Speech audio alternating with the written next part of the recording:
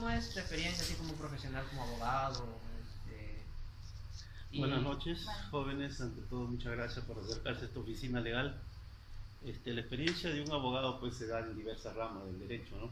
Ustedes saben, en lo penal, en lo civil, en lo laboral, lo constitucional, lo familiar, ahora el derecho municipal, constitucional, contrataciones, en fin, en varias ramas del derecho.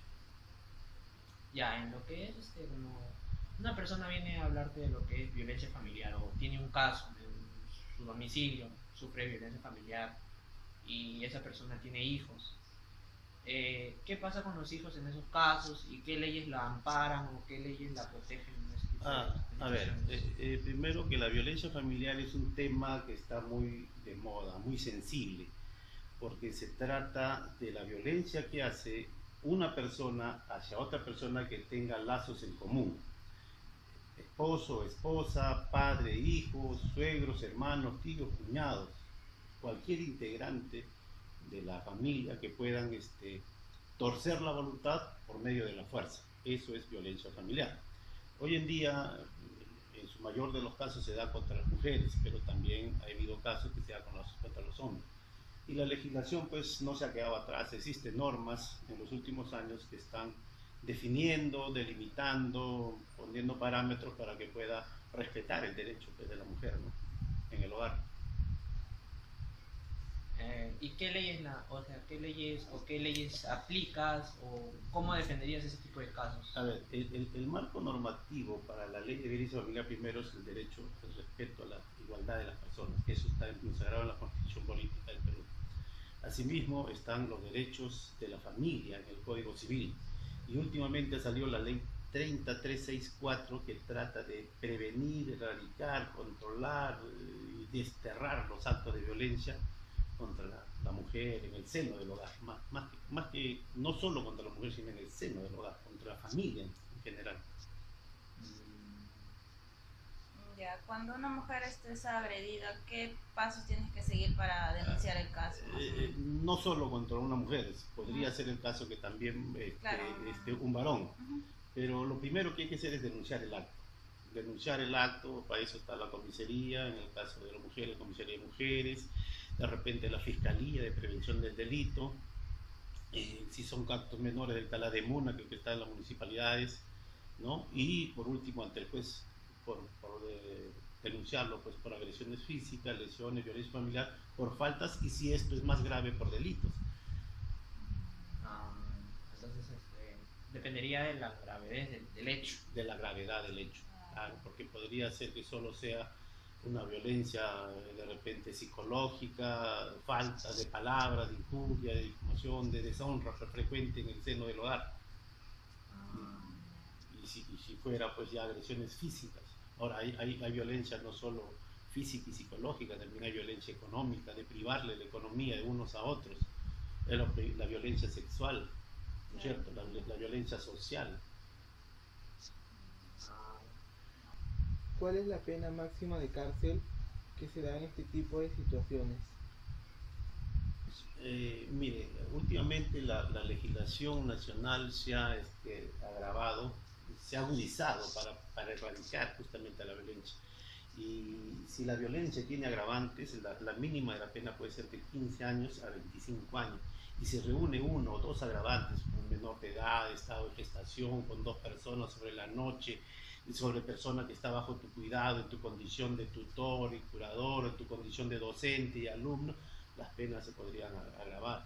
Eso llegando al extremo, no solo de violencia familiar, sino incluso al feminicidio, que es el matar por odio, el matar a la persona, una mujer por simplemente odio, ¿no? A pesar que algo los une en algún momento de amor y por alguna desavenencia en la vida, pueden llegar al extremo de matar a con quien se convive, con quien se presume que ahí existe amor, ¿no? Entonces, en esos extremos de matar con crueldad y con agravantes, hay inclusive la cadena perpetua. Varía el tipo de cadena. Claro.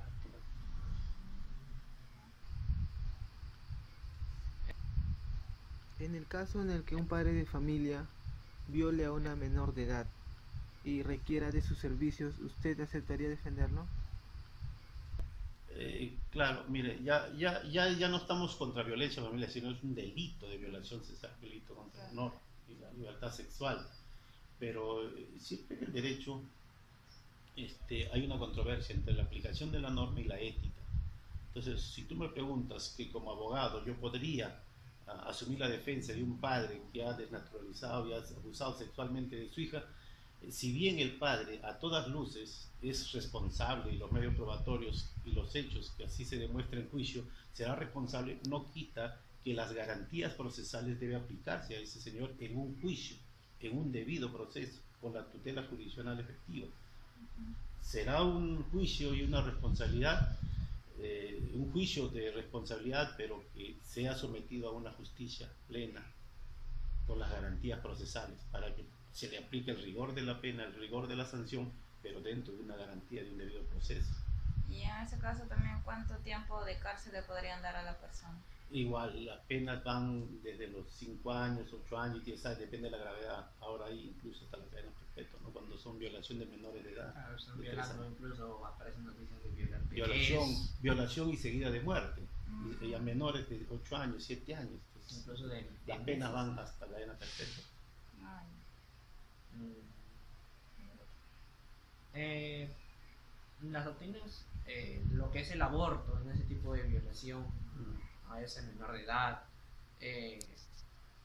como abogado no sé, defiende lo que es la parte del aborto. El aborto es la interrupción de un proceso de fecundación normal hasta que nace.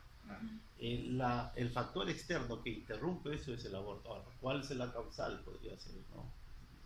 Diferente, ¿no? Por violación, por enfermedad, en fin, ¿no? Pero cada uno tiene su connotación y su estudio diferente, su responsabilidad. Ya, pero lo que es el aborto no influye en lo que es el derecho de la vida. Claro, el derecho a la vida, el Código Civil, la Constitución declara a la persona tiene derechos incluso desde antes de nacer. Desde la época de la concepción, dice el Código Civil.